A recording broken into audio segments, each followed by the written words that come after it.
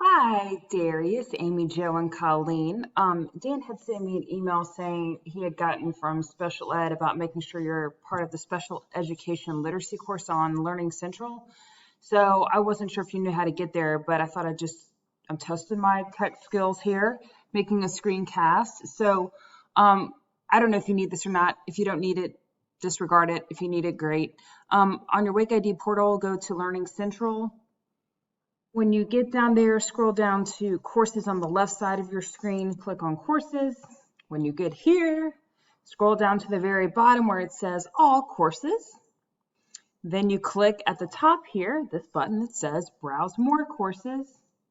And then you type in this bar, special education literacy, hit the search button, and then you just click right here and say join this course. I don't know if it'll let me. Oh, it'll let me, but enroll in course, and there you go. And that should be included on your dashboard now of courses. And if you don't know where your dashboard is, your dashboard's over here on the left side of your tool, and it just shows you all the courses that you're enrolled in, which might be helpful. So let's see, did the special education one come up for me? Yep, boom.